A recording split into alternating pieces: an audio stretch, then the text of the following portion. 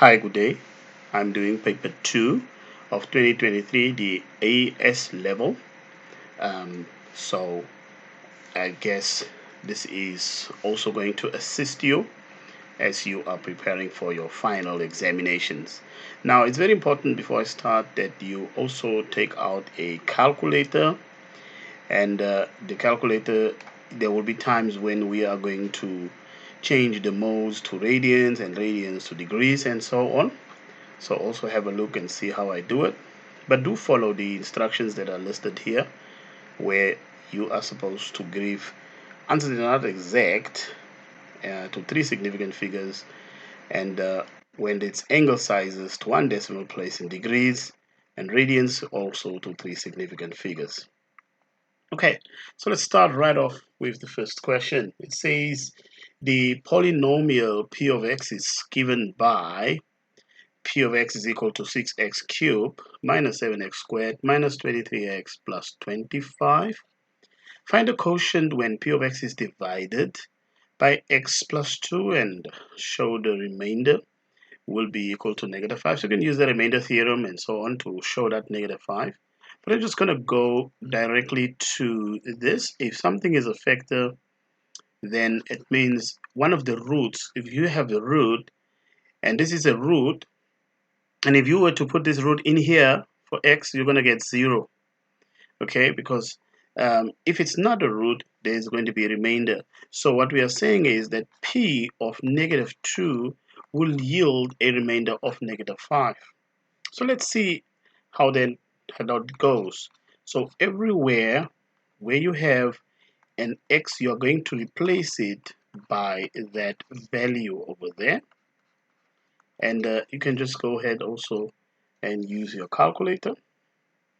This is going to give you that negative 5 if you want to check that. Okay, right, so that explains that much.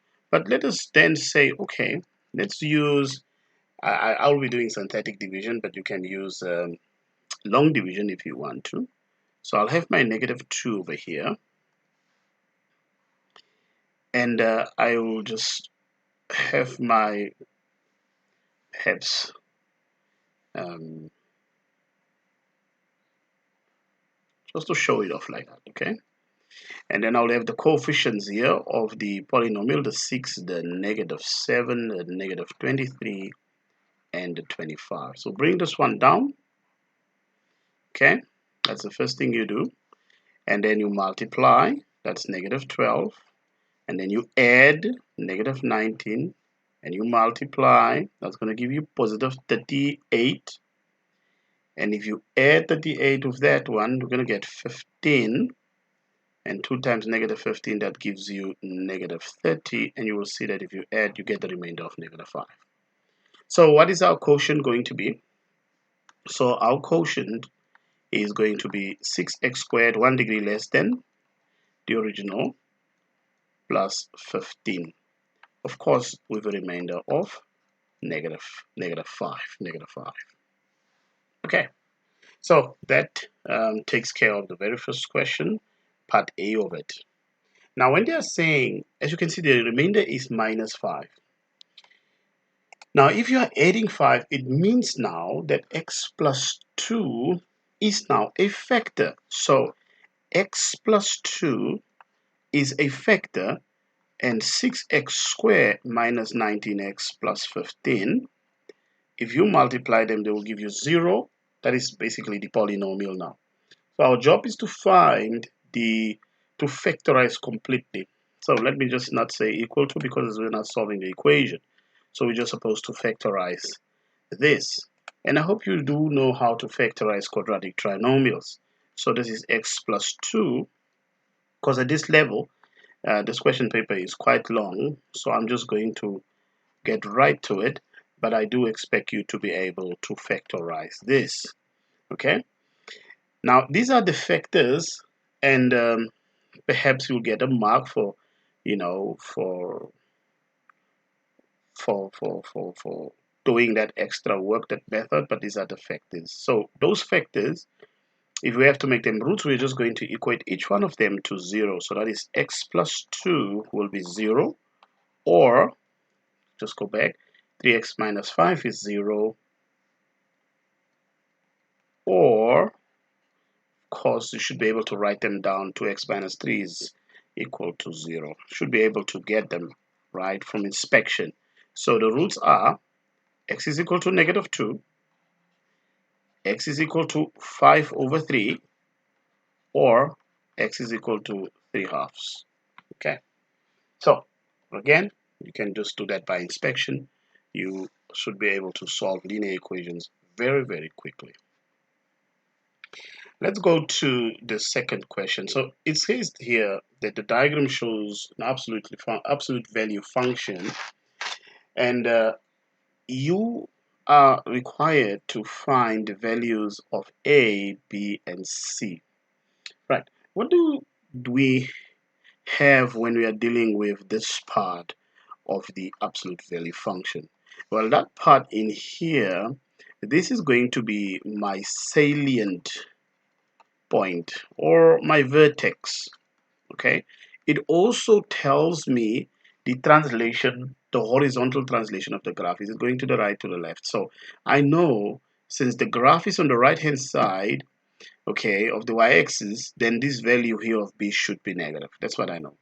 But I do know what the point is, right? I do have this point here, and that point here is 2. So I can just go ahead and I can punch it in there, right? So I know that x plus b, and our b value is the one that you now need to be able to, the b value is your x value, which is positive 3 here. But I know that, again, as I was saying, you're going 3 units to the, perhaps I can say x plus b is equal to 3, and then obviously, um, if let me just start nicely with that, so you can have an idea what is it that I want to do here. Okay, you will have x plus b, which is that part there, and if it's a positive, the graph is translated to the left, and it's translated by a vector, and the vector is 3 0. So when you do write it in there, it then implies that b should be negative 3. Okay, that value there, that's what that is. Okay, then looking at your c value, your c value is the vertical translation of the graph, and as you can see, when you look at it, it's 2 units, right? And we are now interested in that over there. So it's 2 units upwards. So our value of c is very straightforward, that it is the value of 2, which represents a vector of 0, 2, because it went 2 unit upwards. Okay, I hope you still remember how to, it's a translation, it's a vertical translation. The a, you can say, is sort of the gradient. Okay, so if I was to look at the gradient from this perspective, and I'm just interested in this distance over here and divide it by distance over there, so we're going to say, okay, our a value is like negative 4 units divided by 2. What I'm saying, I'm taking the points, you know how to calculate the gradient of 2 points. If you are given, this is your x value and it's the y value, you do delta y, take one y value, subtract with another y value, and you divide the same thing, another x value from another one. This should give you the gradient, so to speak. Now, how do I know that the gradient in this particular question is going to be negative? Because one can argue that you can also look at this as a line that also goes downwards here. It's the nature of the graph. So if the graph is taking that shape, going sort of downwards, that V that shows downwards, here the value of A will be negative. And it's the other way around if it shows the opposite direction. So our A value would be nothing else but negative 2. So I can actually go ahead and write down the stuff that I want to. So my equation is y equals to, now we said it's negative 2, then it's x minus 3, and then obviously plus 2 units. Our A value is negative 2, our B value is negative 3, and our C value is positive 2. Okay, you can definitely go back and so on if you need more sort of help in that question. When we look at question 3, you are having an equation, and this equation says you're supposed to solve the this this equation. So you have here compound angles, right? And I hope you do know, because you will be able to check within your formula sheet that you have. I'm just interested in cos, let's say A plus B, the auxiliary angles, and that is nothing but cos A cos B. So that is cos A cos B. If it's not a positive, it becomes a minus. Then it's sine A sine B. So that's what I'm going to apply on this one here. So on this one, I'm going to apply that over here. All right. So let's just have that 5 then, or is it a 2 rather? Let's have that 2 on the outside, and I'm just going to do that over there. So this is cos theta, cos of 30 degrees, all right, minus sine theta and sine of 30 degrees. All right, so that takes care of that. So I'm going to have plus 5 sine theta equals to, let's just write that theta nicely.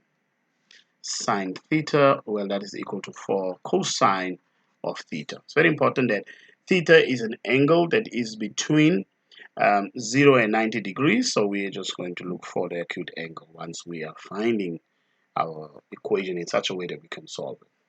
Another thing that you should also be familiar with is what we refer to as the special angles.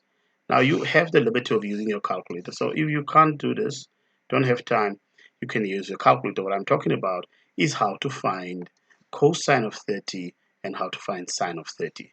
So typically from a 30, 60 degree triangle, 30, 60, 90 degree triangle, this is 1, that is 2, and that is the square root of 3. If you were now to calculate that, you'll be able to solve. Right, so I have 2 in bracket.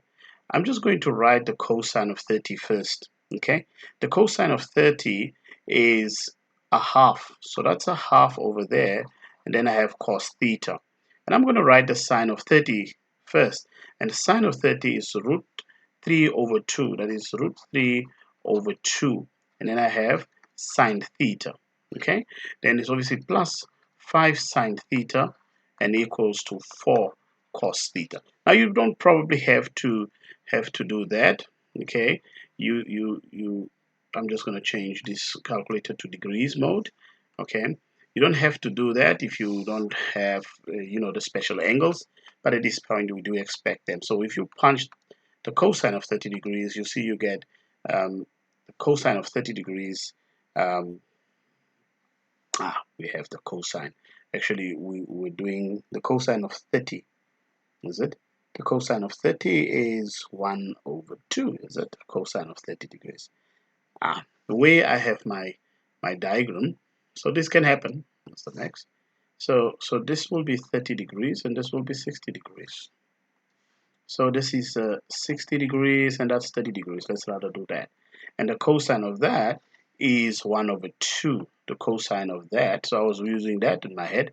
Cosine of 60 degrees, obviously that is 1 over 2, as I've indicated. And then if I do the sine of 30, the sine of 30, when we come here, the sine of 30 degrees is also 1 over 2 because it's the same thing. So the sine of 30 is also 1 over 3. Okay, but the other way around now. So I'm totally confusing you. Let me just take away this stuff in here. All right, let me just rewrite it nicely from my diagram. You can obviously use your calculator.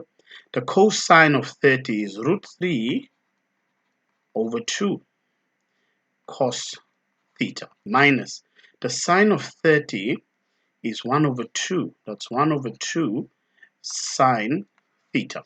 Okay, you can just verify with the calculator again. So if you say cos 30, cos of 30 degrees, okay, you're going to get the same answer, root 3 over 2. And if you do sine of 30 degrees, sine of 30 degrees is going to be 1/2. Okay, using special angles. Okay. Anyway, let's continue. So I'm going to multiply each term here by 2, so effectively the 2's will cancel, this and that, if you distribute the half over. So you are now left with root 3 cos theta minus sine theta plus 5 sine theta is equal to 4 cosine theta. Right, just remember that this is a 5. It might not look like it, but it's a 5, okay? Now, if you take 5 minus sine theta, this gives you 4 sine theta. And then if you have to look at this one over here, that's going to be 4 cos theta minus root 3 cos theta. There is a reason why I'm doing all of that.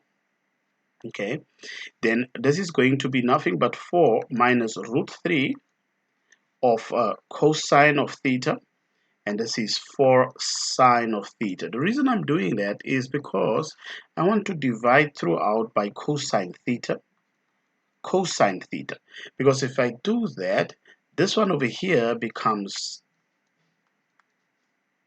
4 tan theta, and then you have 4 minus root 3.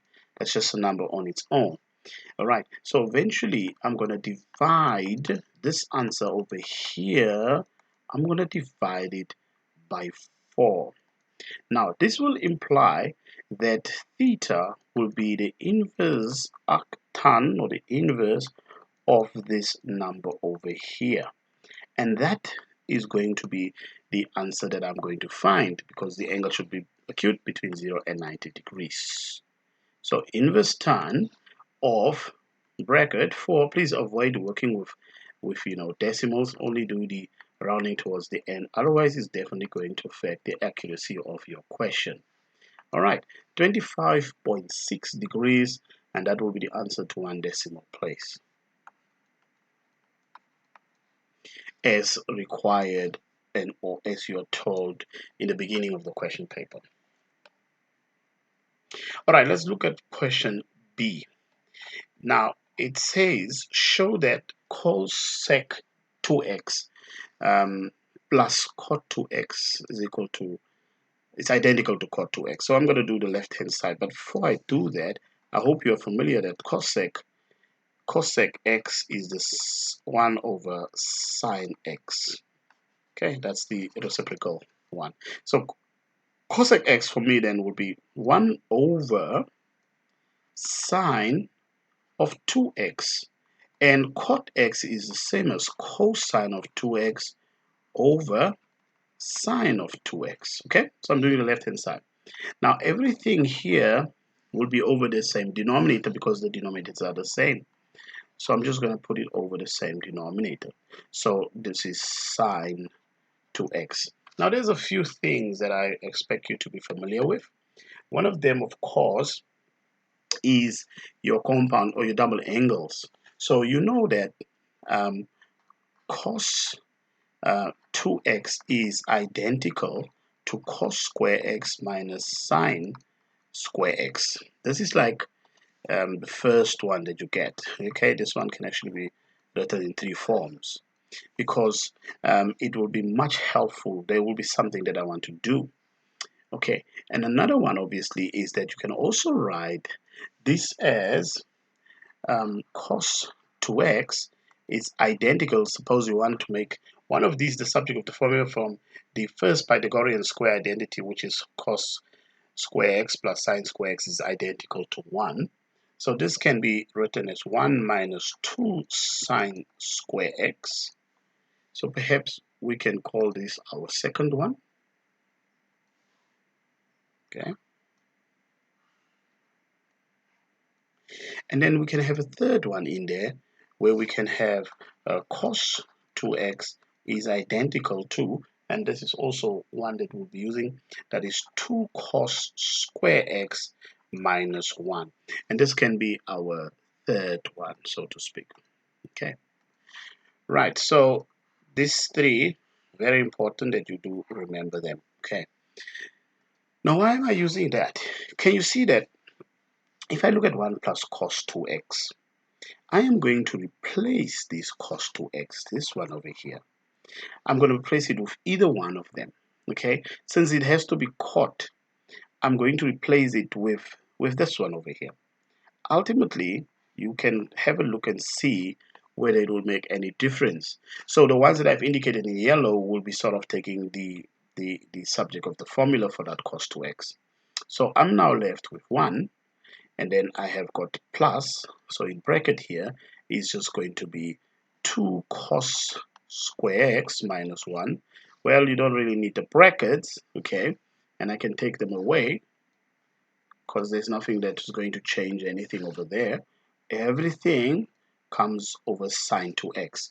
Now, sine 2x also, you should know, is identical to 2 sine x cos x. Now, all of this obviously is also in your formula sheet, but you definitely have to know them, okay? So this is also another thing worth noting. So I'm going to write that also in the place of sine 2x. So when I write it in the place of sine 2x, I'm going to have 2 sine x cosine of x. Now the ones on top of the numerator, they cancel, leaving you only there with 2 cosine of 2. You have 2 cos square x. That's what you're going to be left with, and under you have got 2 sine x cos x. Right? The twos will cancel. 2 goes in itself once, right? Leaving me with cos square x over sine x cos x. But I'm just going to write it in a different way. So I'm going to write this is cos x times cos x. That's what the one on top means. Over, I can write them separately if I wanted to. So let's write it separately. Over sine x, and here cos x. Again, you can see that this over here cancel. Now I'm left with cos x over sine x, which is definitely cotangent of x, which is also equal to my right hand side that I was supposed to prove. Okay, right, so double angles and the knowledge of it comes in handy over here. Right, so I'll be dragging this stuff from time to time because we'll be needing this perhaps also in the future questions. Now they say find the exact values of cosec. Let me just rewrite what this means. This over here, I can write it as cosec 2, and in here I'll have pi over 3 plus cot 2, and then you have pi over 3. These two things are exactly the same. Okay, so this is the same as 1 over 3 pi. Okay, now the reason why I wrote it like that, because I know what this answer should be from my work that I have done in the previous one. I had cosec 2, was it x, plus cot 2x, which we know is identical to cot x.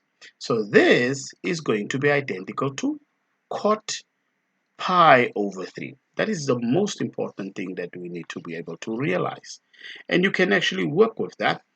It depends if you want to write the cotangent as 1 all over tangent, or if you want to write cotangent as cos pi over 3 over sine pi over 3. Of course, at this stage, you can grab your calculator. I'm just going to bring in my special triangle, my special angles. Right, what do I know? Okay, I know this is half pi radians or 90 degrees. This is pi over 3, all right, or 60 degrees. This is pi over 6 or 30 degrees. That's going to be 1, that's going to be 2, and that's going to be the square root of 3. Now, what is it that I know? Cosine of pi over 3, cosine is 1 over 2. All right, so that is 1 over 2 divide by. What is the sine of pi over 3? Well, sine of pi over 3 is root 3 over 2. Right, we multiply top and bottom by 2. Multiplying this term by 2, multiplying by term by 2. You know, the 2's basically cancel, leaving me with 1 over root 3, which you will be writing as root 3 over 3 when you rationalize the denominator. Okay, but you could have used a calculator anyway, it will give you the same solution. Right. Now, this is very important if you look at the next one. Okay. So I'm just going to go back to bring up this one. I know that cosec 2x plus cot 2x was identical to cot x. Now, in here, I'm seeing something interesting. Can you see now? Now, if I write it down, this is what it is. It is cosec 4x plus cot 4x. What would this be identical to? Okay, you have to double this one. So it's going to be cot 2x. This is really important that you know it. So we're going to replace all of that with cot 2x. Okay, that's a better way to look at it. Right. So let's write again that integral. So it's going to be the integral of sine 2x rather, times cot 2x. I'm just going to write cot 2x over here. And this is integrated, an indefinite integral integrated with respect to x. Now, we know what cot 2x is, right? So this is going to be sine 2x times cot is cosine over sine. And you're going to integrate with respect to x. What do you realize?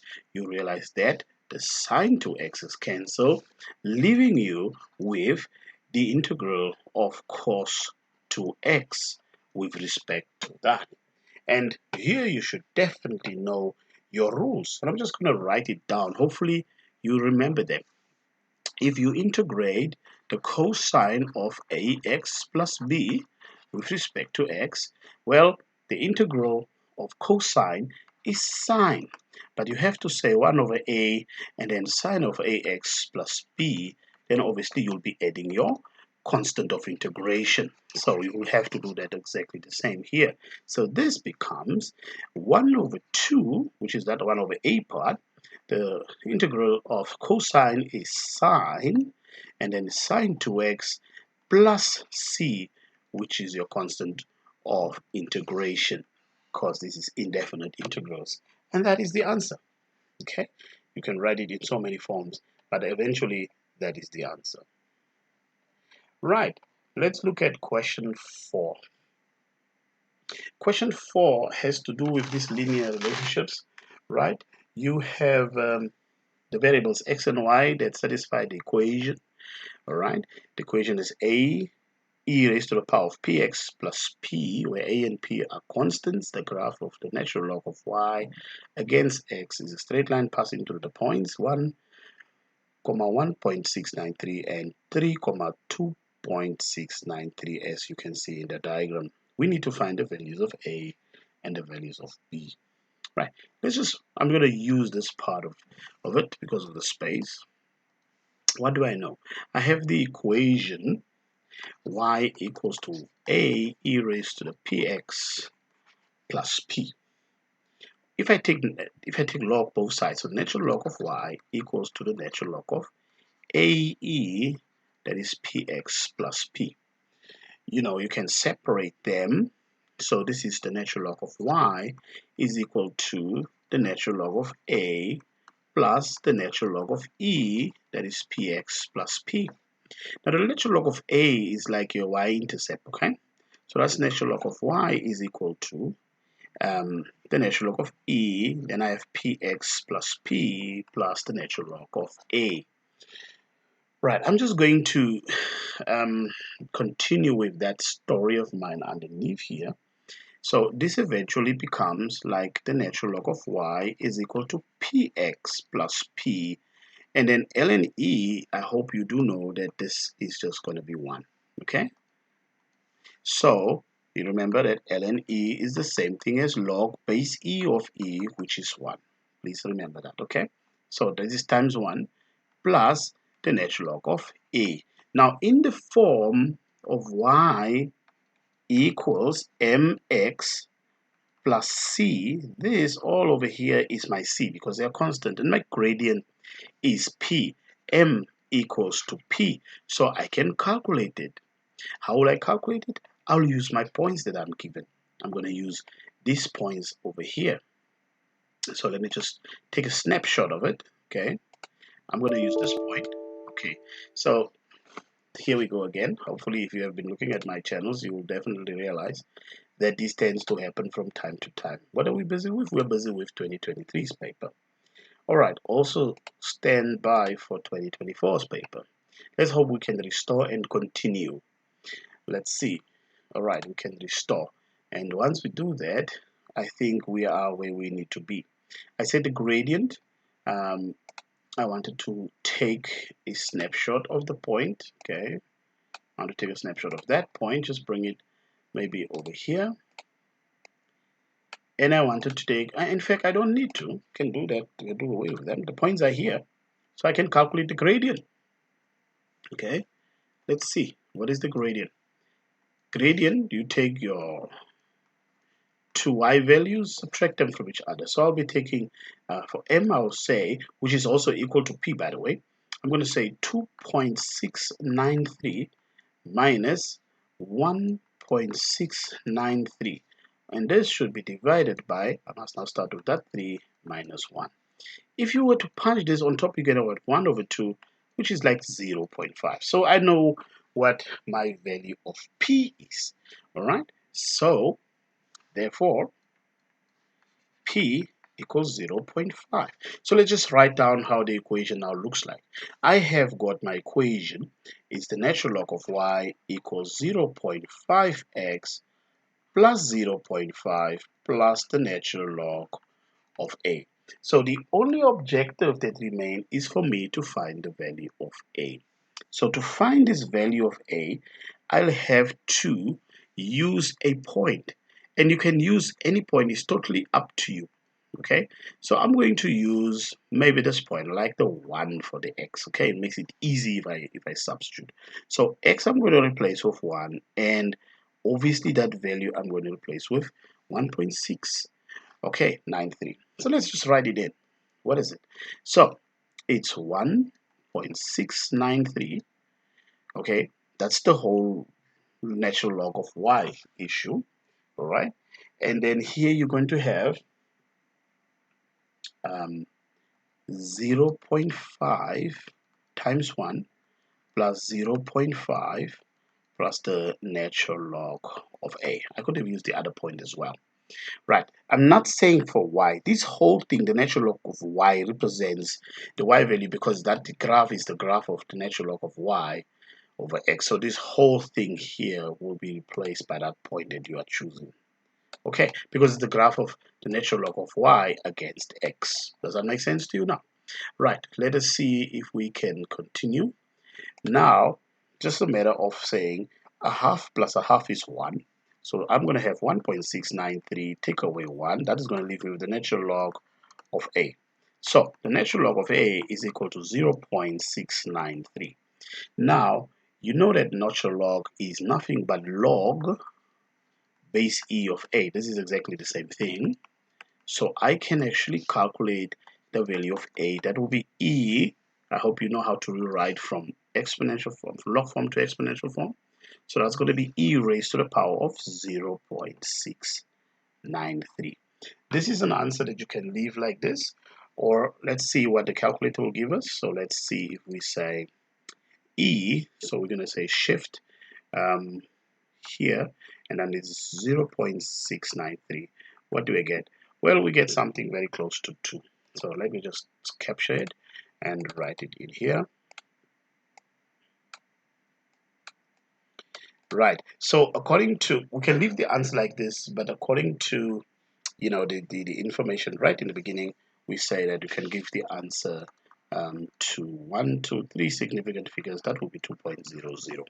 Now, you have your value of a is calculated, and we have our value of p, and we realize our value of p was equal to 0.5. So we do have our values there, right, as indicated. Hopefully, again, as I said, you have the luxury of pausing and trying these things on your own before you attempt to do it. All right. If we look at part B, it says, given that 3 to the y is equal to 2 raised to the power of 3x, use logarithms. I can use the natural logs.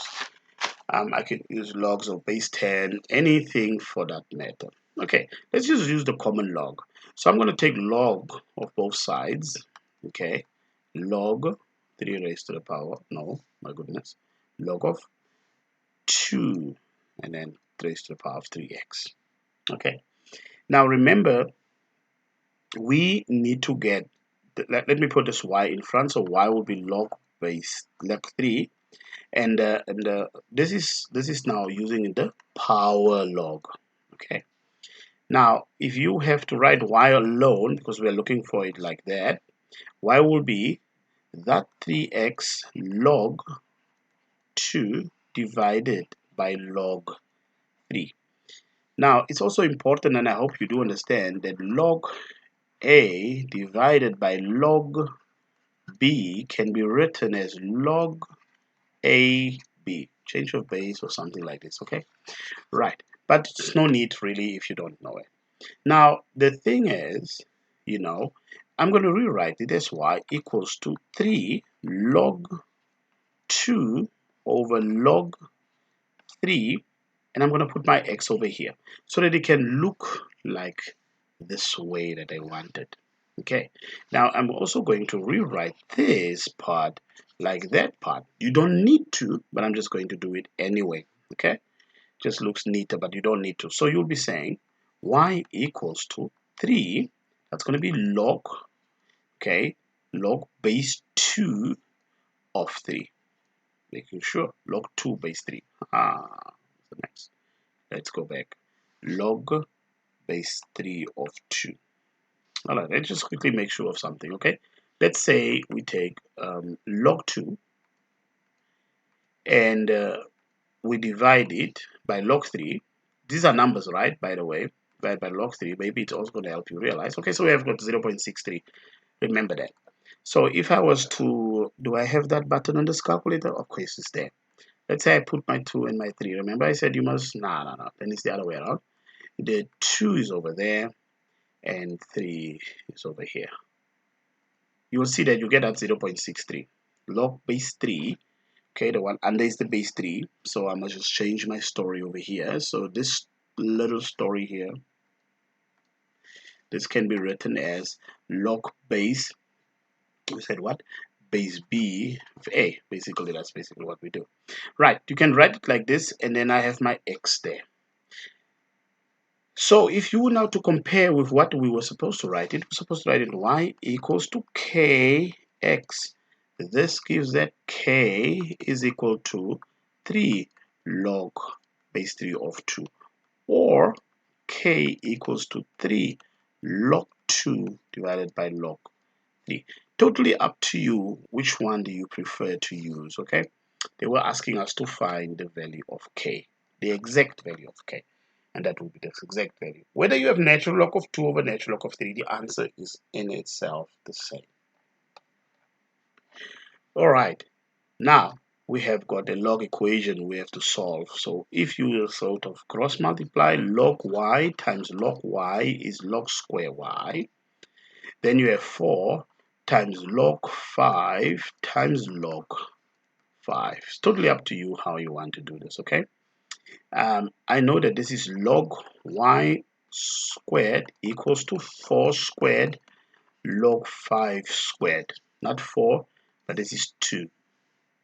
I'm looking at the difference of two square scenario with a square minus b square, because I'm going to say log y all squared minus 2 squared log 5 squared, let's say, equals to 0. So what is it going to equal to? Is a minus b and a plus b. Right, you don't need to do it this way, but I'm just going to do it that way anyway. All right, so at the end of the day, this is what I'm expecting to get. I know that I must have two answers here.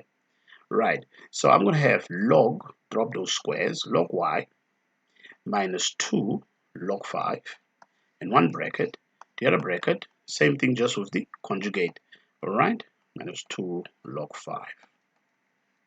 Right, each term will equal to 0, or each factor equals to 0. So you have log y minus 2 log 5 is equal to 0, or log y plus 2 log 5 equals to 0. Good. Now I have log y equals to log 5. If I bring that over, it becomes a positive.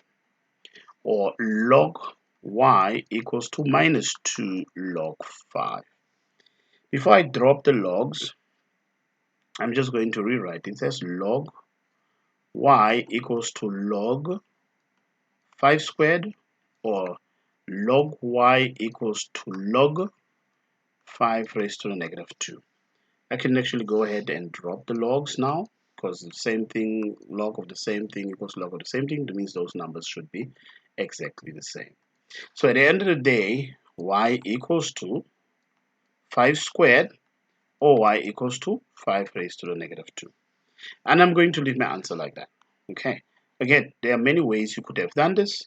You will still get to the same answer.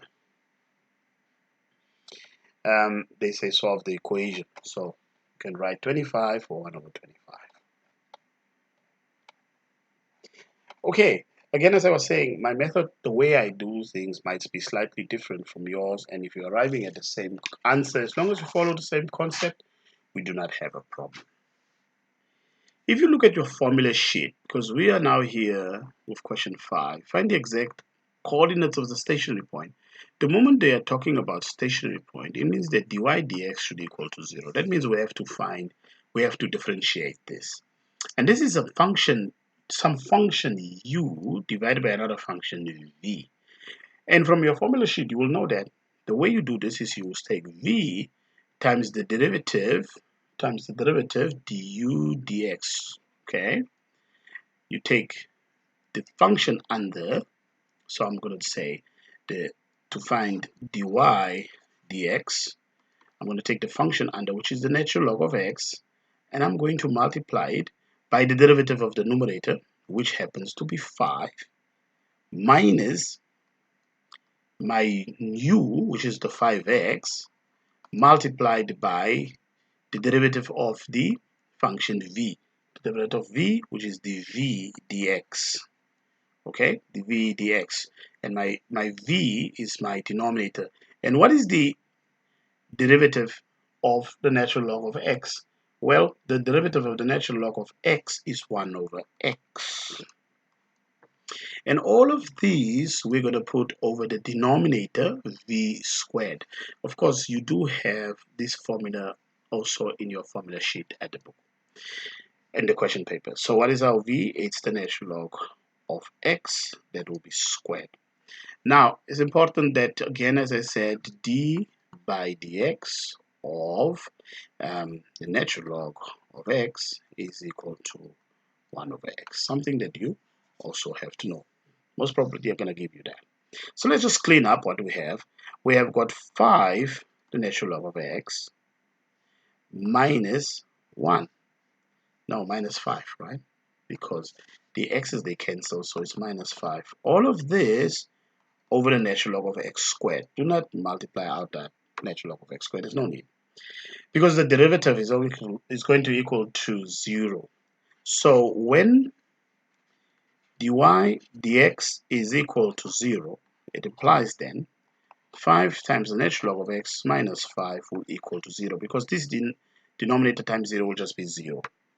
So from here, it's just a matter of calculating. Taking 5 also to the next side, you've got 5 to the natural log of x is equal to 5. Dividing throughout by 5 is going to give me 1. Okay, that is 5 divided by 5. Hopefully you know how I got to my 1. I told you that the natural log of x is log base e. That's what it means. So rewriting it from log form back to index form, this is going to be that x is equal to e raised to the power 1, which is e. Now they are asking me to find the exact coordinates of the stationary point. Now that e is the x value. So let me just write down the function. The function as it's given. Let me just take a snapshot of the function. The reason I'm doing that is because I need to find the corresponding y value. And you always find, oh my goodness, you always find the corresponding y value I know you're asking, why am I not just pressing continue? I have tried that, and then it sort of gives me a little problem. There's something I'm pressing on my stylus, the pen that I'm using, and every time it does that. Okay, and it goes out a bit. All right, let's see. Now, to find the y value, and the reason why you do that, you substitute the x value in there to find the y value because it is on the curve.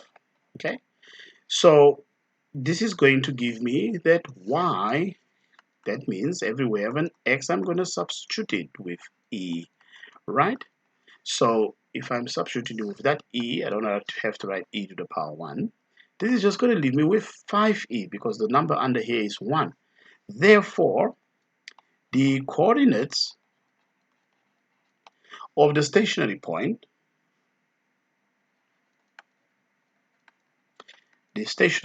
where the gradient is 0, all right, is e comma 5e. Those are the exact ones. Okay, the question is asking for the exact coordinates, and this is something that you should always make sure. Do not go and give rounded answers, all right, because you are asked to give an exact answer, and an exact answer can be in terms of e, can be in terms of pi, can be in terms of the root of something, or fractions, and. Okay, now they are saying show that this business over here is equal to that. Now, the two questions have got really nothing in common. Okay, this is a natural law question. I'm just going to go back and grab my rules from my previous question that I did. Remember, I said I'm going to come back to it. I'm going to take a snapshot because I don't want to rewrite it every time. So I'm just going to do this. I'm going to take that, and I'm going to paste it there because I'll need that whenever I do some trig equations, or any functions where you are dealing with trig functions. I'm going to put it over here. Now the issue is this one here. That's sine square x.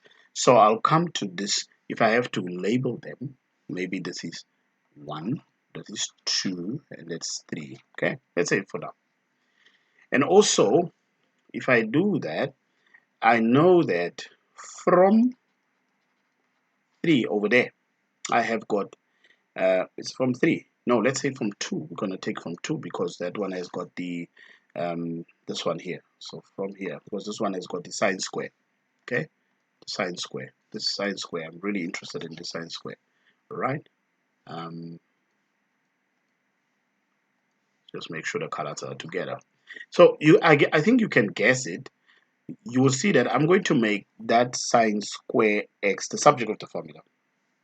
Okay, so adding 2 sine square on both sides, that is 2 sine square x on both sides, right, is the same as 1 minus cos 2x, because you can't integrate that. Okay, you can integrate tan square because tan square, you will see that it has to deal with sec square, but we're gonna come to that one in a bit.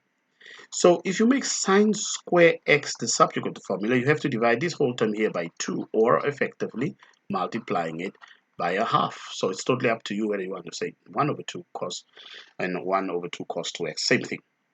So where am I having now? This is going to be the sine square x. I'm going to replace that sine square x. It's exactly identical. So I'm not yet integrating. Hopefully you understand. So this will be written in place of sine square x.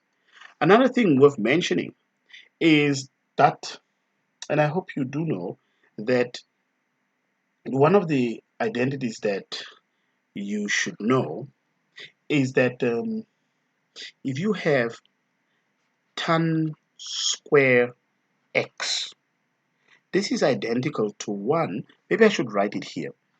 Tan square x is identical to, let's clean this up so you don't make a mistake. And if you perhaps have a problem to see where it comes from, and that is what I intend to show you. Remember, our first one is sine square x plus cos square x is identical to 1. If I divide throughout by cos square x, that means I divide here by cos square x, and also here by cos square x, and also here by cos square x, I'm going to be left with the following. I'm going to be left with,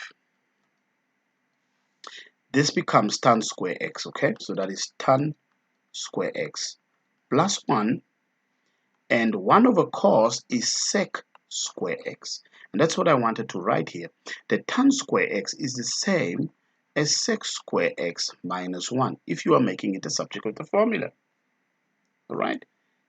Now this value of sec square x, this one here, which is representing tan square x, right, is what I'm going to put over here. But this is not just tan square x, it's tan square 2x.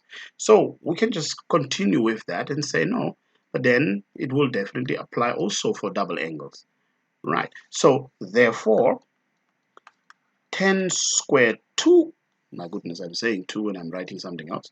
Tan square 2x is then also identical, right, to sec square 2x minus 1. This is what I'm really interested in. So where I have this tan square 2x, I'm going to replace it with that statement that I have there. I think we can now write down our integral, because we have to show that the left hand side is equal to the right hand side. So I am actually doing the left hand side, okay? So when you look at the left hand side now, I'm going to, oh, this is a definite integral, so we'll have the values in there. So pi over 6 over 0, between 0 and pi over 6, I'm going to have 6. But now sine square x is now replaced by a half, okay? Perhaps I'll do this, a half. Maybe one can carry over that if you want to, but I'm not going to do that for now because I can see something else. So this is the place of sine square x plus, and I said tan square 2x is going to be replaced by sec square 2x minus 1. Okay, that's what I'm going to replace it with. So this is going to be replaced by sec square 2x, sec square 2x, sec square 2x minus 1. So this is in the place of the tan square 2x. All right, and we are going to integrate this with respect to x between the limits of 0 to pi over 6. Okay, since you are now dealing with angles, you must remember that you are definitely going to have to change your calculator to radian modes. Let me just write it again. I have got limits between pi over 6 and 0. This becomes 6, half of 6 becomes 3. And then I have 1 minus cos 2x plus sec square 2x minus 1. Okay, and this is going to be integrated with respect to x. The reason why I want to carry that 3 over, okay, I know a lot of people have this where you're separating them, doesn't matter, separating the integrals, but I like to do everything on its own. So we're nearly ready to integrate, but let's just clean up a little bit more. Distributing that 3, that's 3 minus 3 cos 2x, maybe let's put it in brackets, plus sec square 2x, let's put it in bracket, minus 1. And we're going to integrate with respect to x. Now there's a few things that I definitely expect you to know. I expect you to know that if you integrate sec square x with respect to x, it's the same as tan x plus the constant of integration. But here I don't have sec square x, but I have sec square 2x. Something else came out there. So therefore, sec square 2x. Let's just write it nicely. Okay, so sec square 2x. If I integrate that, I'm going to get tan 2x plus c. That's what I'm going to do there for the place of sec square. Okay, the minus 1 will integrate on its own.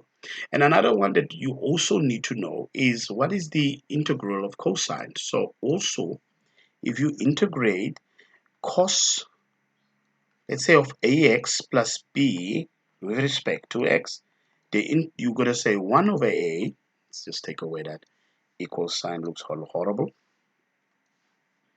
It's 1 over a, and the integral of cosine is sine of the same story, ax plus b plus the constant of integration. That is just the rules that I'm playing around with, and I'm going to show.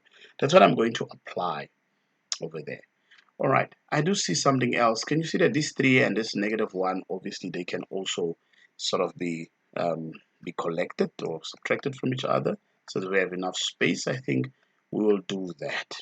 Okay, so this is the integral of 0 to pi over 3 of 3 minus 1 is 2 minus 3 cosine of 2x plus sec square, okay, sec square of 2x, this is a square, minus, that's it, that's it. And we're going to do this with respect to x.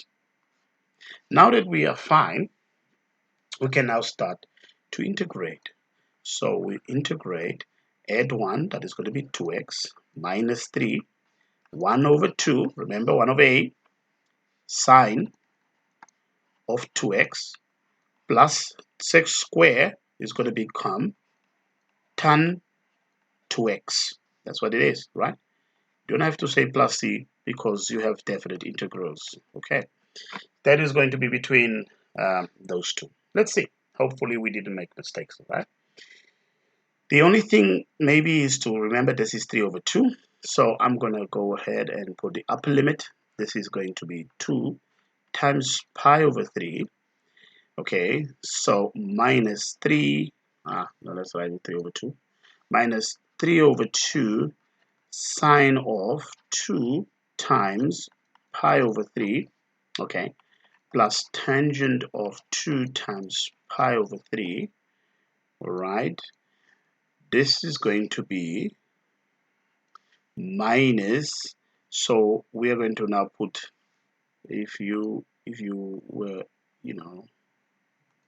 this is the upper limit, so the upper limit comes here, the upper limit comes here, the upper limit comes here, everywhere you have x, right? I'm going to replace it with the upper limit. Now we're going to do the lower limit.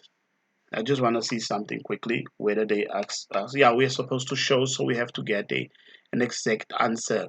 All right, so let's do the lower limit as well. So when we do the lower limit, we're going to have 2, that's going to be 0, minus 3 over 2, sine of 2, 0. You have to be very careful. Don't assume that everything on the side will just be 0, okay? And you have to show it anyway. So the lower limit is 0, takes now the place where we have it. All right. It just so happens that everything on that right hand side will become 0 because there's no cosine there which can make anything 1. Now we can actually work it out. This is 2 pi over 3, this one here, minus 3 over 2. Now I don't want to make a mistake, okay? So I'm going to grab the calculator. All right, also don't want to waste too much time with special angles. Although I have an idea what it is, okay? The calculator should be in radian mode, number 1. Very important because we're dealing with trig functions, integrating trig functions, okay? Now, this is sine 2 times pi, let's just put pi in there, pi over 3, okay? This is this one. What do I get? I get root 3 over 2. So this is root 3 over 2, okay? What else? Tangent. So we have got tangent 2 times, bring in my fraction, pi over 3. Okay, let's see if we close it. What do we get? We get the root 3, and there's a negative root 3, is it?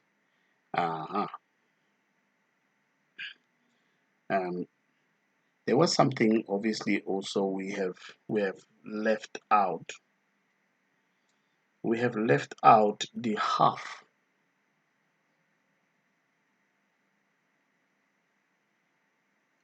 Just want to make sure of something. Again, how would you integrate sec square? Aha, here we go. If you integrate sec square, and ooh, my goodness, there should also be 1 over a. Okay, should be 1 over a. Just left it out there. Just left it out there. I'm just realizing as I'm continuing. Good. So I do have um, a 1 over 2 that I'm supposed to bring in front of that tangent. So I'm just going to go back and punch that 1 over 2 in. So because it's supposed to be there, the 1 over a. So we're going to put it over here. So maybe I'm just going to put this over 2. Now let's just leave it like a fraction. Okay. Plus 1 over 2. It was missing. And this side also. Not that it's going to make a difference on the right, but perhaps it's going to do much of a difference over here. Okay. Let's see. So I'm supposed to have plus. Okay. And then there's a tangent. And what do I have? It's 2x pi over 3. My goodness gracious. Another thing also, I don't know where I have Mr. Max.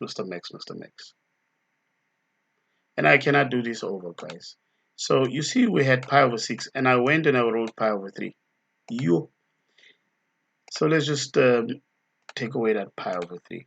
It's now wondering what is going on. So my upper limit, where I am thinking of pi over 3, God knows. Let's go back and change it. My upper limit is supposed to be pi over 6. Right. Pi over 6. That means then I'm going to change it here. So I'm just going to go and change everywhere where I have now put pi over 3. I think those are the only ones now. Okay. Let's see. What do we have? We have pi over 6. The upper limit is pi over 6. So my goodness, pi over 6 and pi over 6. Right. So I can take away this chunk and start all over. Any other mistakes? Of course, everything looks good. Let's continue then. Let's continue even here. Let's just start over here. And let's just put our pi over 6 in the right place. So here we should have pi over 6 as well. Right. Upper limit is going to be in this side. Oh, that's why I had this in my head as pi over 3 because that's what it gives you. 2 goes into 6 3 times. Minus 3 over 2 plus 1 over 2. Okay, minus 0. We already realized it is 0. So let's grab the calculator. Now I'm going to do this one here. So I'm going to go back to, or even here. This is not pi over 3, but pi over 6. Okay, so I'm here now. Pi over 6. So that is going to be root 3. So this one gives you root 3. Let's you do that one. So just show you again. So if you do this one, you get root 3. Now let's do sine 2 pi over 6. Okay. Sine, well, you can also make it pi over 3 because 2 goes there 3 times. Okay, but let's say 2 pi over 6 hit equal to root 3 over 2. Okay, so root 3 over 2. I think all stations go now. Okay. Right. Also, you have pi over 3 minus 3 root 3 over 4. That means I multiply numerator of numerator plus root 3 over 2. The pi, there's nothing much we can do. Pi over 3 remains on its own. Then if you take this 2, okay, you add this 2, these two fractions. You have 3 root 3 over 4 plus root 3 over 2. What do you get? You get 5, is it? 5 over 4 root 3. Okay. The issue was this one here, there's a negative in front of it. Okay, so let's make sure that we got the correct one. There's a negative there. That negative that is there. Let's see what we get now. We get minus root 3 over 4. I'm just going to leave it there and so you can have a look at it for a while. Okay, so minus 3 root 3 over 4 plus root 2 over 2. Root 3 over 2. Okay, so it's minus root 3 over 4. Now, I hope that I didn't confuse you, but this is what we were supposed to prove. And if I go back, you will see that we should have pi over 3 minus root 3 over 4. Pi over 3 minus root 3 over 4. So we did show that. Okay, quite a lot of technical issues, especially here where I was now writing the formulas in. Could make it a little bit tricky, but hopefully you did get to see what is it that I was trying to do over there. Okay. All right. This is the part that the site work that you probably get in your formula sheet, as well as a few of them that you need to know from derivative.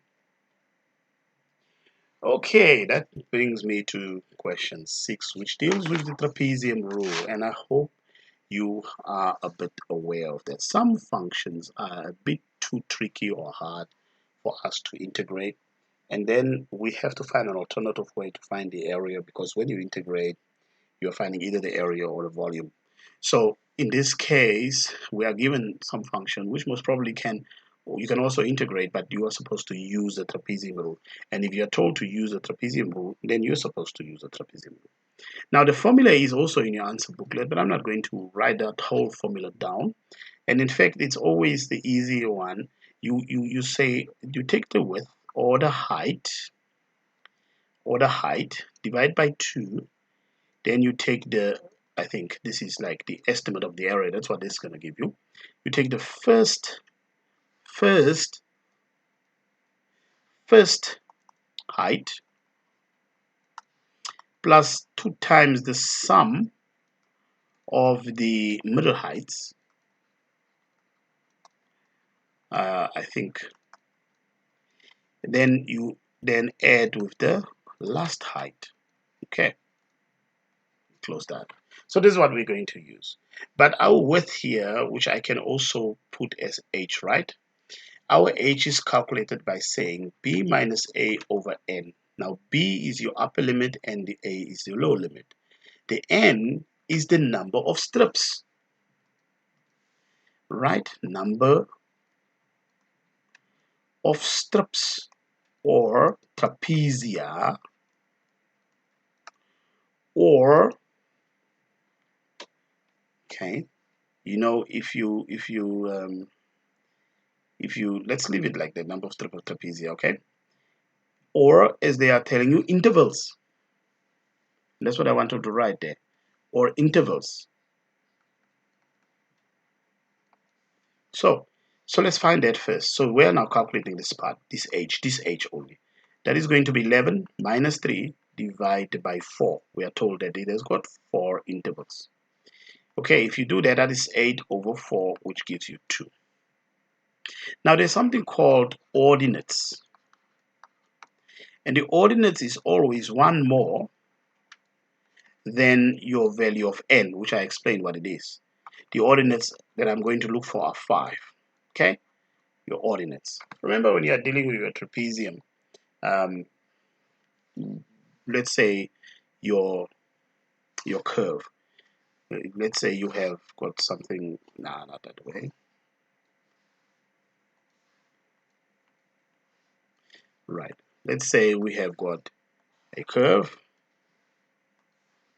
and this is the curve. Just gonna make an example. So let's say this is 3, and for argument's purpose, let's say this is let's say this is 5. If you were now doing none of that, so if you had to have trapeziums, obviously the one that is going to be there in the middle will be 4. You agree? Now, if you now look at my trapezium, if I was to do that,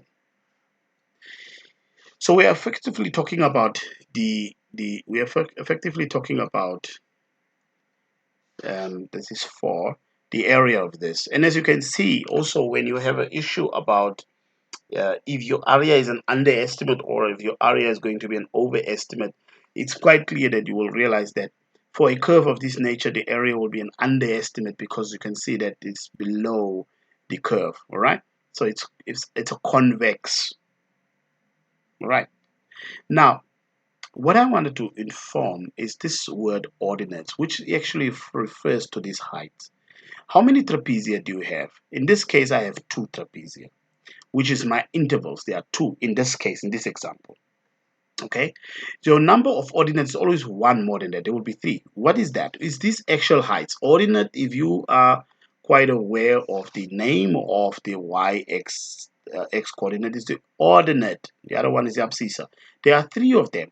That's what I mean. It's always 1 more than than your intervals that you are given in your question, or your strips, or your trapezium. All right, so this is basically what I mean when I do that. Right, I have my h, I know what h is, or my width, doesn't matter. I will now have to find the height of each one. And how would you find, let's say, the height of this one? You are going to say, let's suppose this was my graph, my curve. And let's say this was my curve of y equals f of x. And in order for me to find this first height here, I will be substituting f of 3. I will be putting 3 into my function, and whatever that will be my height. And I'll do that for each one. So that's what you will be seeing me doing when I'm now doing this question. So I'm just going to take away the stuff over here, and I hope, of course, as you have them, you will have an idea. Right, so let's just take away these drawings and also these explanations. So we need 5 ordinates. Now, I'm going to use that formula anyway, no problem. Oh my goodness. Right, also don't forget to subscribe to the channel as I am working this in your favor, helping you with your exam preparation. All right, do support the channel also in some ways. Do get in contact with me so we can see how we can support to make this thing a little bit, so it can grow. Now, I'm going to do a table of x and y because I want to find my heights. Does that make sense to you? Also, I know I must have 5 ordinates. I'm going to start with 3 because this is where this thing is starting. Okay, starts at 3. I'm going to end with 11. Now, let me bring my function in. My function, I'm just going to write it over this side, is y equals to the natural log of x minus 2. That's what that function is, okay? Just a function.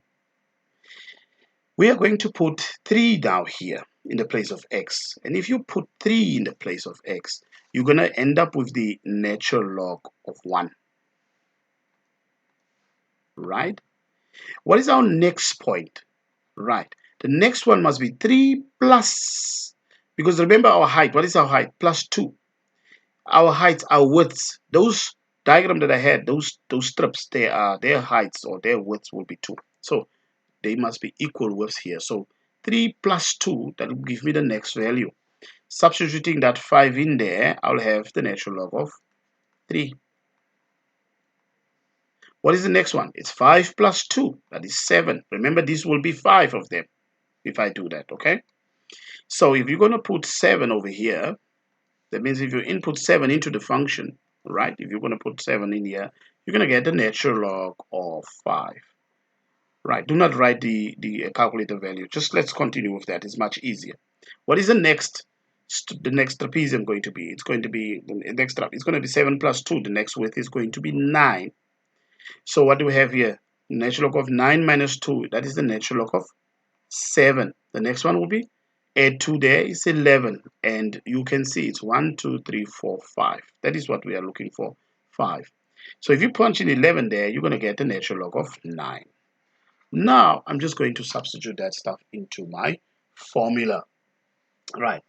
Now, if I find the integral of, if I integrate the function, the integrand of the natural log of x minus 2 with respect to x, the area is going to approximately equal to my h, which is 2, divided by 2.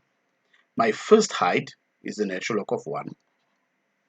I'm also going to write this one in red. There's a reason for that, okay? So you can just see how I'm applying its natural log of 1. Then, so my first height plus 2 times the middle ones. The middle ones are natural log of 3 plus the natural log of 5 plus the natural log of 7. Are we together so far? Close that. And my last one is the natural log of 9. This is what I'm going to punch into my calculator, and this is what I'm going to look for. And they are saying we should give this answer, right, to 3 significant figures. So go ahead then and punch it in and see what is the value. Right, 2 divided by 2 is nothing but 1, so I'm not going to write it. I have the natural log of 1 plus 2 times the natural log, oopsie, I can't believe what I pressed there, plus 2 times the natural log of 3. This is not the natural log of 3 plus 5 plus 7. It's each one. These things, they represent some actual numbers. All right, so natural log of 3, which is a constant on its own, plus the natural log of 5. So you have to type them in, plus natural log of what? Of 7. Surely it beats you writing the decimal equivalents of natural log of 3, natural log of 5, okay? Plus our last one, natural log of 9, plus the natural log of 9. Close it, hit equal to. Right, that's what I get. 11 point. I'm just going to write it somewhere here. This is what I'm getting. Right, to 3 significant figures, my answer is 11.5. Unit square, okay? 3 SF.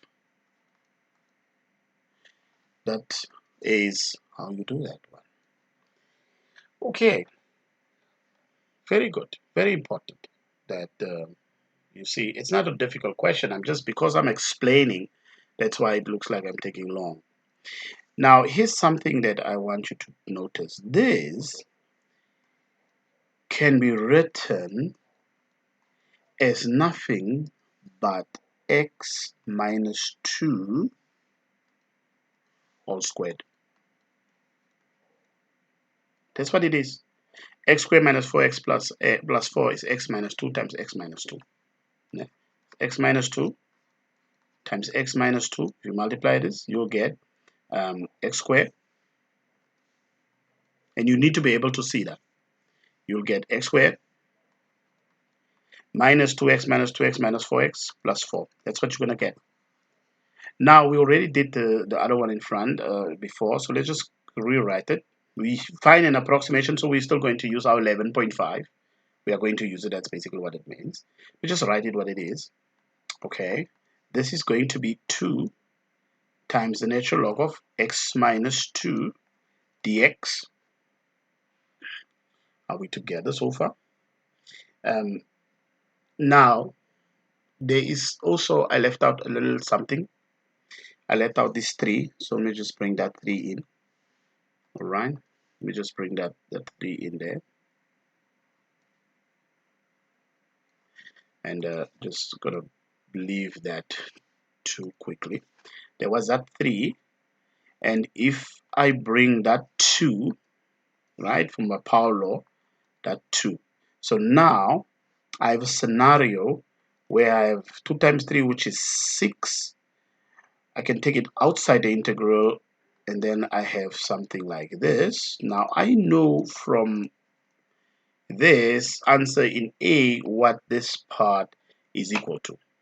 This part, we calculated it. We calculated all of this, right? All of that using the trapezium rule. And what did that give us? It gave us this 11.5. That's what we calculated. That's what we calculated. Do you understand that? Now, just take that 11.5 and substitute it in there. All right, so that is going to be 6 times 11.5. This is what I'm looking for. Just keep that answer. I'm just going to say times 6. 69.0 something. And they also want this answer to 3 significant figures, right? It's going to be 69.0. Maybe if this was area unit square.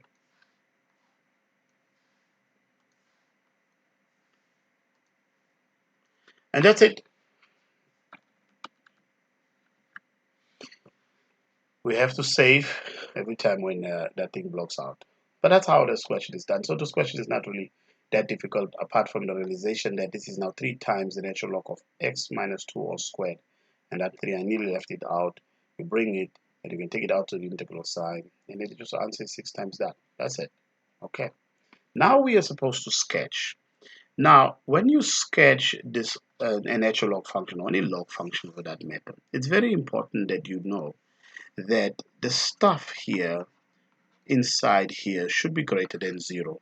So x should be greater than 2. Otherwise, it doesn't exist, because the moment you have a value that is not satisfying this condition, this natural log will not exist. It doesn't exist for 0 or for negative numbers. So what does this mean? It means that this is going to be a discontinuous function where the asymptote will be the line x equals to 2, because it will never ever cross that line.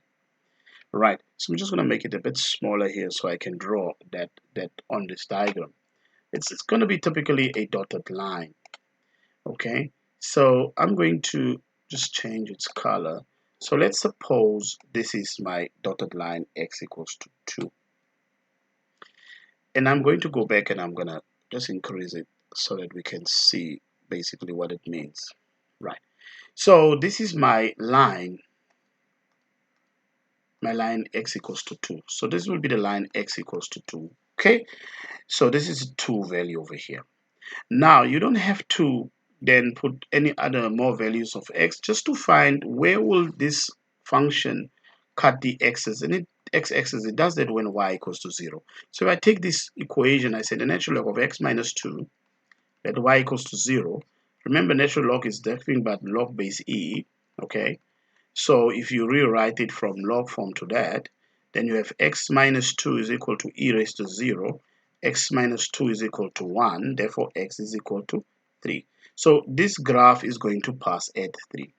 And it will form an asymptote with this. So this is how this graph is going to go. It gets very closer and closer to this, but it's not going to cut it there. So I'm just going to continue with it. It's a sketch that you're drawing, okay? Okay, slightly of a problem, but I think it's still a perfect graph. The only thing that is necessary is just for us to indicate where it will cut the x-axis. And that's all that you had to do in this particular case for you to sketch that. Does that make sense? Right. So what they are now saying, we are supposed to use our sketch to state with reason whether your answer in part A is an overestimate or underestimate. Now, you've heard me talk about that when I was explaining the stuff from the beginning, okay? I'm just going to take an extension of that, and I'm going to draw it here, just a small one so you can get an idea. So this is, that's how that graph would be. And then also, we had a dotted line here.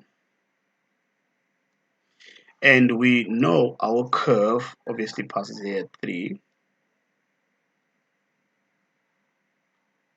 No, that's a terrible curve. Let's just say that is the curve, right? So from 3 to, what is it, to 11. If we were now to draw the trapeziums, okay, so there will be a lot of trapezia here. So there will be equal strips. So the other one, I just have to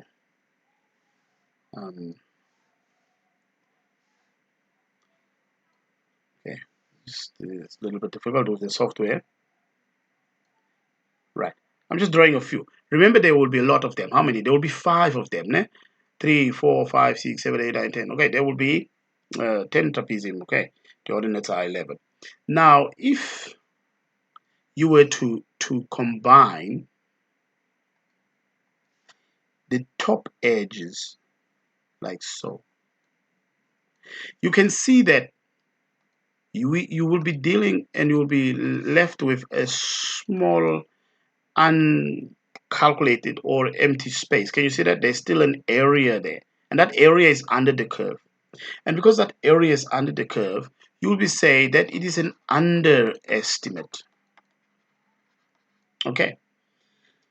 Since the top edges, like what I said there, in this case, I'm just adding this, but you are not having this. Obviously, you have the sketch on the other side, but from what I've indicated there with the red part, you can see those top edges, these top edges I'm talking about. Since the top edges of the strips, okay, or of the trapeziums of the strips are below the graph. Ne?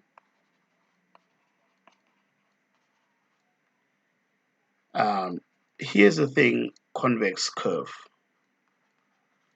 A lot of people ask, yeah, but they tend to get confused with this convex and with this concavity and convex. Well, we will give you a mark if you say it's below the curve.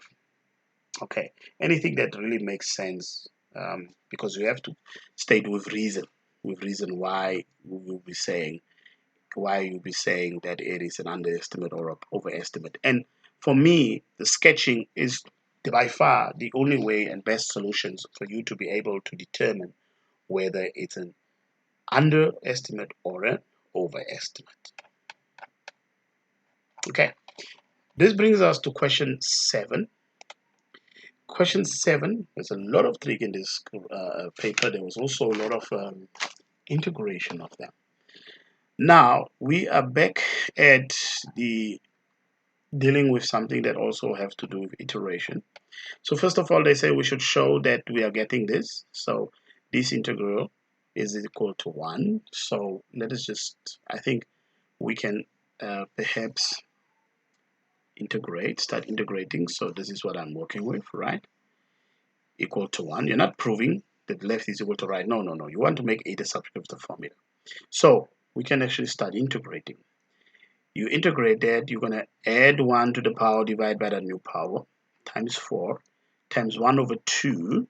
The integral of sine is negative cosine of 2x, okay, plus the integral of cosine is sine x. And we're going to do this from 0 to a, and it should equal to 1. Right, just so a couple of rules that you need to be able to know. If you integrate, let's say, if you integrate cosine, okay, if you integrate cosine of, let's say, ax plus b with respect to x, then it is going to be nothing but 1 over a, the sine of ax plus b, obviously plus the constant of integration. If you were to integrate, because I'm going to come here again, okay, there's something that I'm realizing there. If you integrate sine of ax plus b with respect to x, the integral of sine, as you could have seen what I did there of sine, is minus cos. So that will be minus 1 over a cos of ax plus b plus the constant of integration. So that's what you'd see me doing there. So let's just clean it up a bit. This is nothing but x cubed because the 3's cancel. And you have a negative times a negative, which is positive 2, because half of 4 is that, cosine of 2x plus sine of x. And we're going to do this between the limits of 0 to a. And that should equal to 1. So it's just now a matter of me substituting in my limits as it is, and then also see that I get to that answer, because we want to make a the subject of the formula. So a cubed plus 2 cosine of 2a, I'm going to put that in bracket, plus the sine of a, all right, that's it. Now we're going to put in the lower limit, minus the same function, 0 cubed, plus 2 cos of 2 times 0, very careful here, plus sine of 0. Why did I say you must be very careful? Remember your cosine graph. Ooh. Your cosine graph starts like that, starts at 1. So when x is 0, your cosine will be 1. And you will be seeing that even if you will now punch in on your calculator. Okay? Because you might be a little bit complacent there, thinking that that whole left side should equal to 0. Is not the case. Okay? Remember, this is equal to 1. Okay? So if you have 2 cos 2 times 0, you're going to have 2 as an answer. So effectively, this is a cubed plus 2 cos 2a, with me, plus sine a minus 0 plus 2, this whole business, plus 0 is equal to 1. Very important that you get that. Now let's just rewrite it nicely. Okay, I have got a cubed plus 2 cos of 2a plus sine a minus 2 is equal to 1. Now I'm going to move everything over. Then I'm going to have a cubed is equal to 3, because if you take this negative 2, it's a little bit too congested over there. Maybe I must just use a different color altogether. So I have a cubed is equal to 3, that is this negative 2 plus 1, minus, taking this term over, 2 cos of 2a minus sine of a. We together. Therefore, a is equal to the cube root of 3 minus 2 cos of 2a minus sine of a. And we've actually proven it.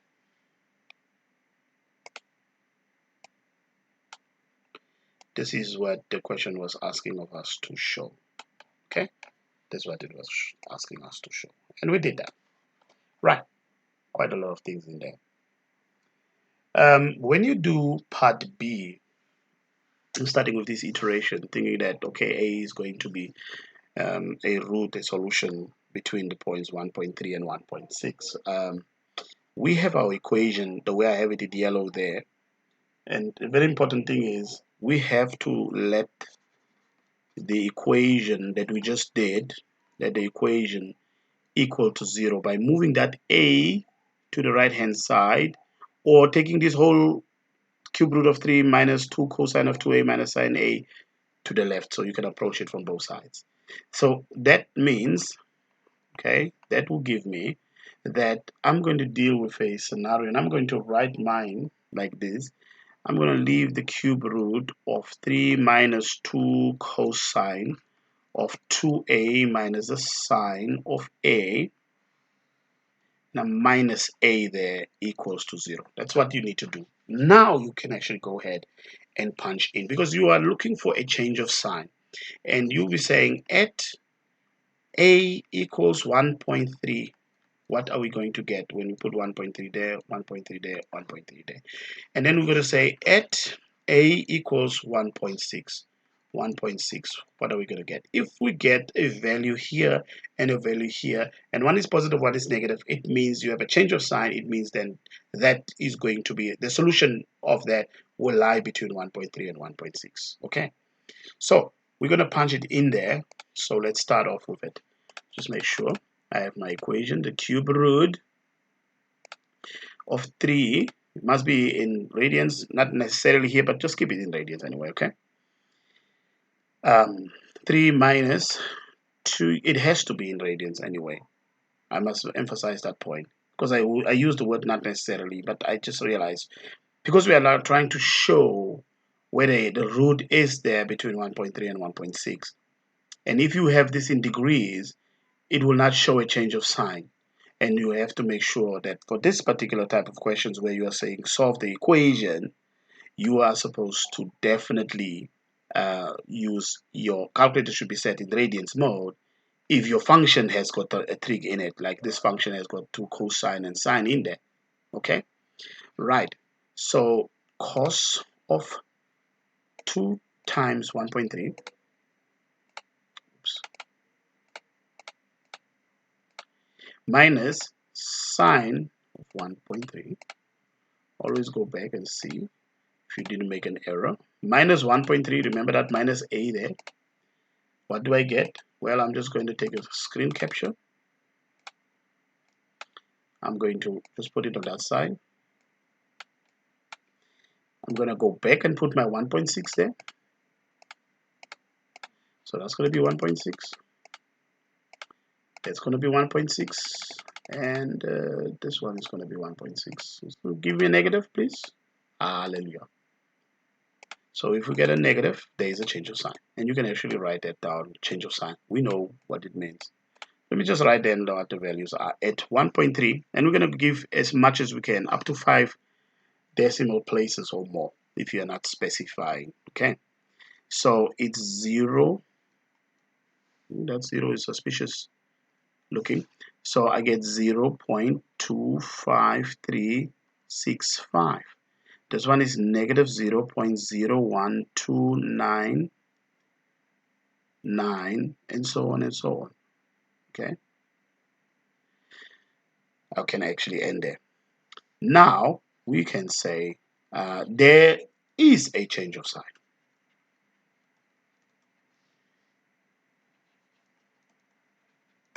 And since that is the case, that root will be between whatever that root is, whatever that angle is, alpha or whatever it is, it will be between 1.3 and 1.6. This is 2023's paper, and they ask the trapezium rule. They haven't asked it in the other two that I have done in 2021 and 2022. And it most probably means that in 2025 you'll get a question that deals with the trapezium. With trapezium rule, yes, trapezium rule. An iteration has been there ever since, so those things are coming. So I was now thinking of the question over here, which was cleverly masked and asked with a natural log function as it is. Okay, so be on the lookout for that, and please go back and do a little bit of the work if your knowledge of the trapezium rule is not yet as defined as it should be, but it's really very direct science as it is. Now we're going to go to the next question, and this is, we have to use an iterative formula in part B. So we're going to use this formula in part B. We're going to use what they tell us. Okay, I'm going to write it down. So the formula they are saying we're going to use, using this formula here, that a n plus 1 is equal to the cube root of, it was 3 minus, was it 2 cosine of 2. They will put a sub at that in, and then a minus sine of that. I think that is where the one we're supposed to use. All right, the same also using the one at B. So the one at B, this one, not the yellow one that I put, the one over here. Can't see that cube root, but it's there. Okay, right. Using that, we are trying to locate that alpha, that angle, to 3 decimal places, to see, since it's a change of sign, so it means it will be passing, the curve, negative to a positive, or vice versa. The root exists there. So you're not going to, of course, they give us a starting value. So they are saying the initial value, so we have A, so the initial value is 1.45. So we are now looking for A2 until we can see if we punch it in whether it will converge to a value, And if it does converge to the value, we're going to give that value correct to 3 decimal places. Okay. Right, I just cleared my calculator display so I can show you. So the first thing you do is you press 1.45 on your calculator and you press equal to. That's it. Now you press your function. The cube root of 3 minus 2 cos of 2. Press answer because it's stored in your answer with me. Everywhere with an A, I'm going to press answer. Minus sine of answer. Press it and then hit equals to. Okay, I might have made a small mistake, so let's just quickly go back and see. Sine answer to I think you can see the reason I'm getting a different value is because my calculator is set in degrees mode, but it doesn't really matter for this case. You can give all your values. Remember, that's an angle. You can give them all in degrees, and then you will say, okay, it tends to this, to decimal places. To so many decimal places, but I'm interested in radians, so I'm just gonna keep my mine to radians. Okay, I'm just gonna change the setup over here, not the setup, but I'm just going to change the setup here to radians. Okay, so what is in radians? In radians, it gives me tend to get 1.4. All right, so I think I'll just start all over, making sure that my calculator is now set in radian mode. I'm just going to start all over. So I'm going to clear everything.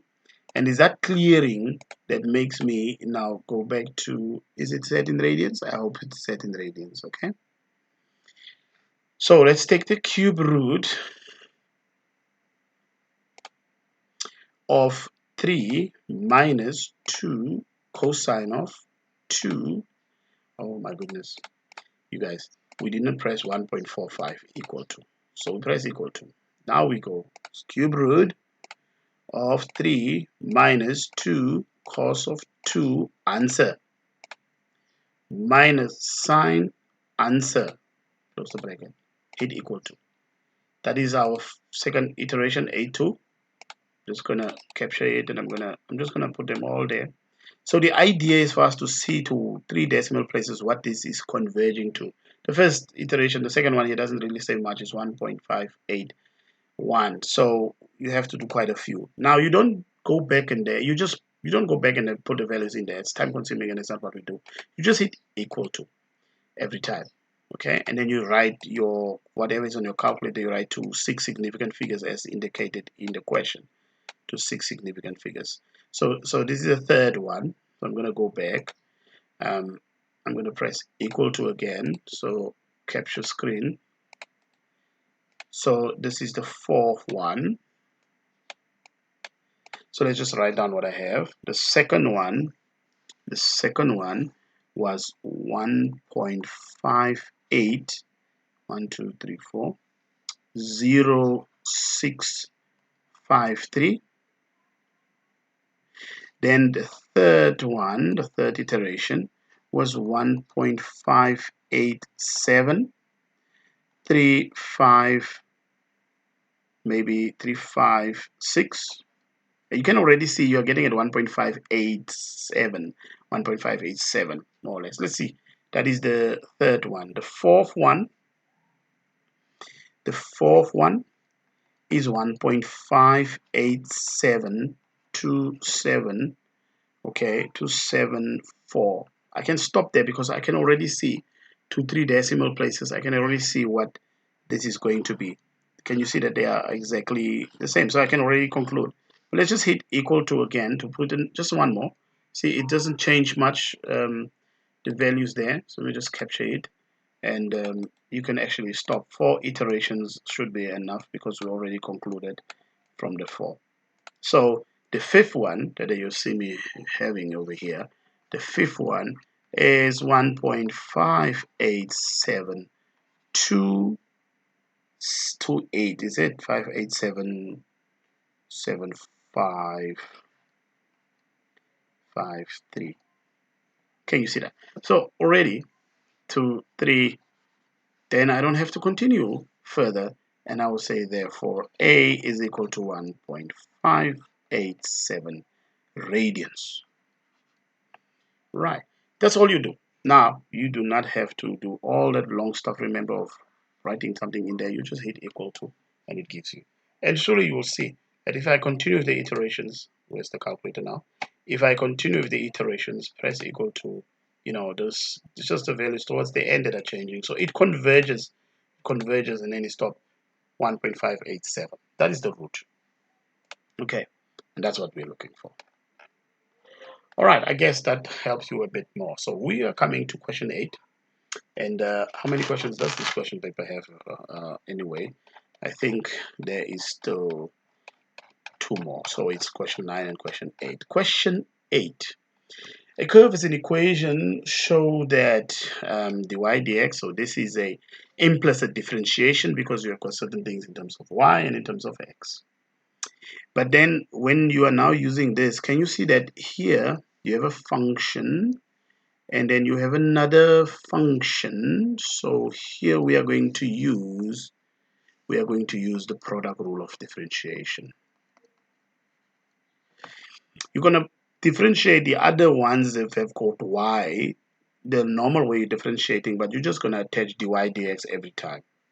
So what is dy dx? We need to prove it. Okay, so using the product rule, keep the first, so I'm going to keep the y cube, put it in bracket, times the derivative of sine 2x. Now the derivative of sine 2x is 2 times cos 2x. Please remember that derivative of sine 2x is 2 cos 2x, plus, keep the second one, sine 2x, times the derivative of the second one, y. That will be 3y squared. Because it's in terms of y, you have to write 3y. The dy dx is like the y's, they cancel there. Okay, that's what you do with that one. Plus 4, the derivative of 4y is just 4. Then I'm going to have dy dx. And then if you do the derivative of 8, it's going to be 0. Okay, that's what you do. Now, let's just clean it up a little bit here. You're going to have 2y cubed cosine of 2x plus, what do we have? 3y squared sine of 2x. This one has got dy dx plus 4 dy dx is equal to 0. Right, so I'm just going to write my terms that have got dy dx. So I'm going to write 3y squared sine of 2x plus 4. And I'm going to put my dy dx at the end. I like to do that at the end, okay? Some people prefer to put it in front. It's totally up to you. Then I'm going to move the term that doesn't have the dy dx. So that becomes a minus 2y cubed cosine of 2x. So I just have to divide everything on the left over.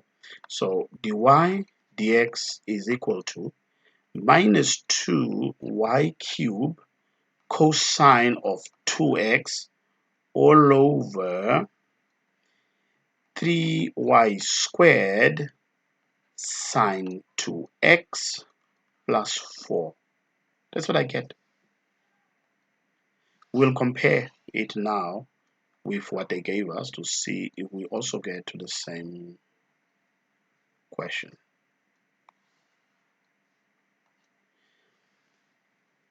Let's see, does it compare to what they gave us? So if you couldn't do this, you should still be able to do part B of the question.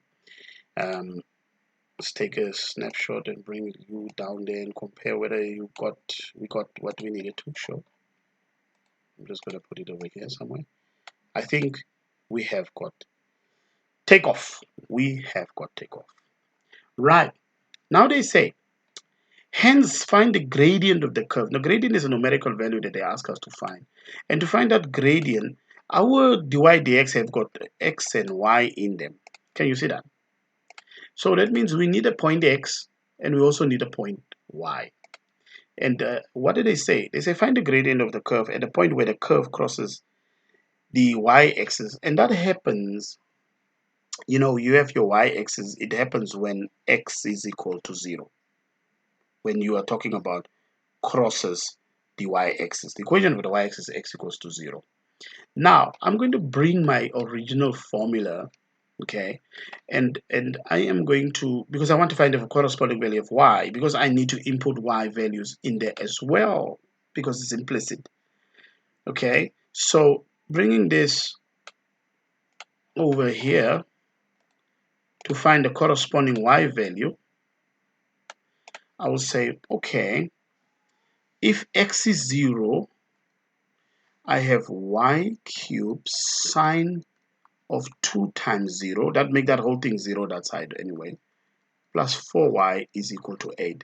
I'll just be left with 4y equals to 8, therefore y is equal to 2. So what is my point? My point is 0, 2. Now that I have my point, I can definitely now use my derivative. Okay? So if I have dy dx when x is equal to 0 and y is equal to 2, what is it that I'm going to get? I'm just going to bring back what I have pasted here, which is the derivative that I was finding from part A. I'm just going to bring it in here so that I can punch in the correct values in the calculator. Okay, so you just follow. X is 0 and y is 2. Okay, let's clear that. So I have negative 2 again, negative 2. Y cube, y is what? Y is 2, cubing it. Oops. Y is 2 cubed. I'll just put it like that, no problem. And then we have cosine of 2, x is what? 0. Actually, 2 times 0 is just 0. I can just go ahead and put 0 there, right? And then we're going to put that all over 3, and y, which says 2, squaring it, sine 2 times 0 is going to be 0. So I'm just going to put 0 there, plus 4. So basically, I'm going to get negative 4. The final answer is negative 4. Okay? So this is negative 4.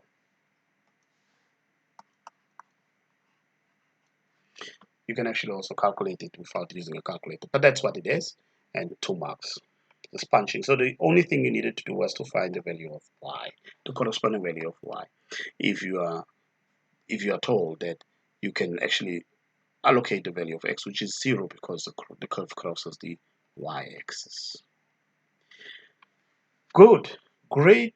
Question number 9. This is the very last question of this paper. And maybe I need to just write down a few things because this has to do with particle mechanics. You know that whenever you deal with displacement, which we use the letter S, and we go from there to velocity,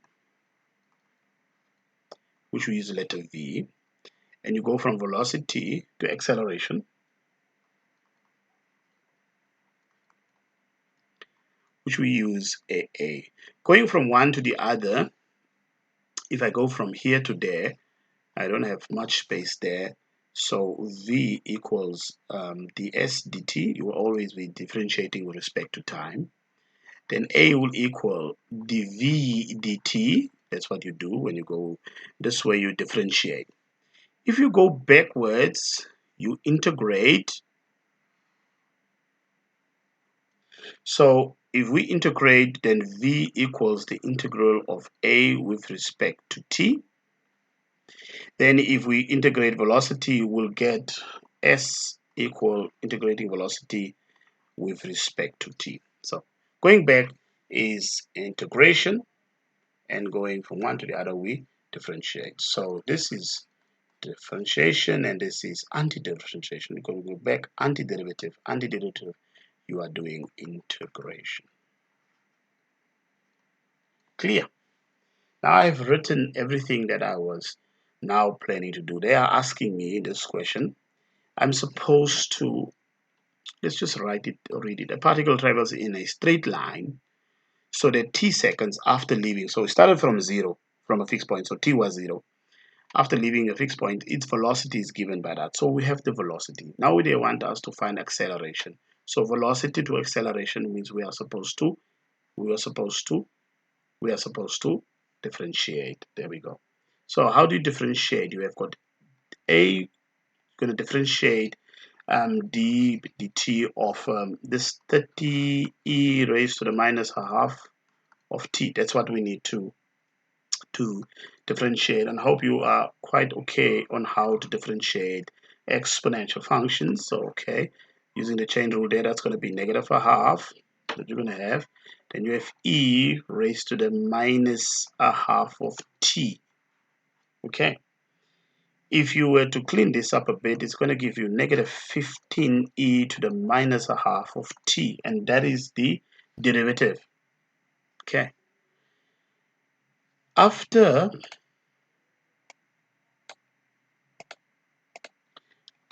the distance the particle travels, find the distance the particle travels. Now, what is it we need to find?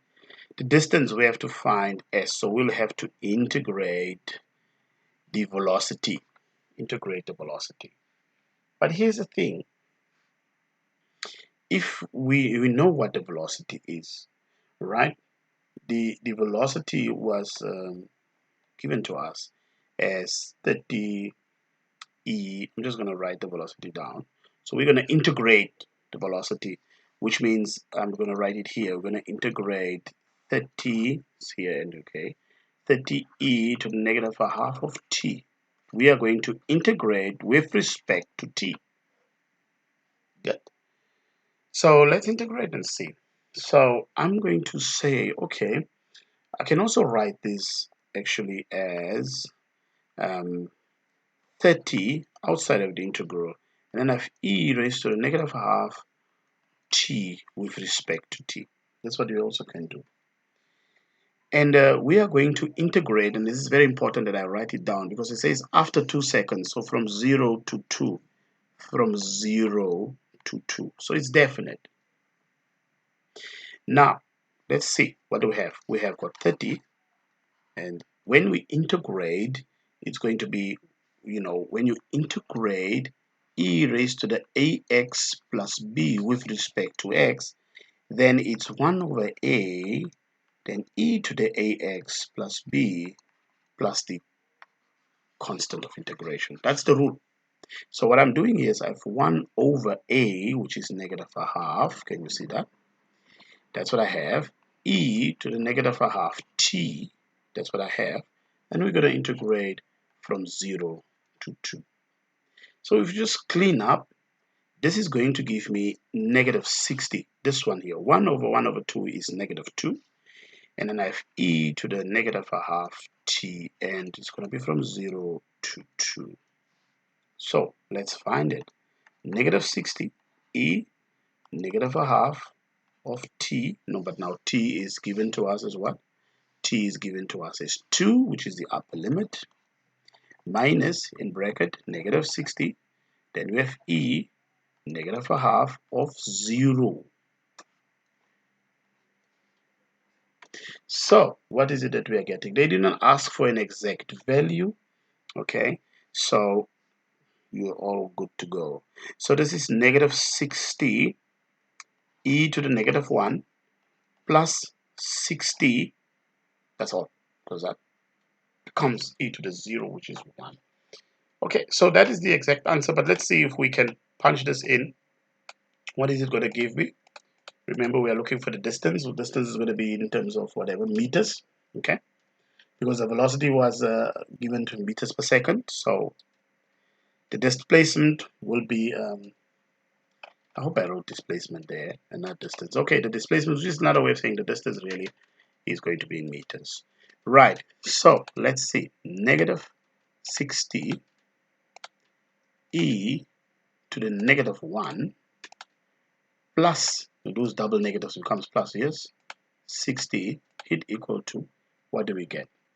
We get 37 point something something something. I'm just going to write it over here, and they want our answer.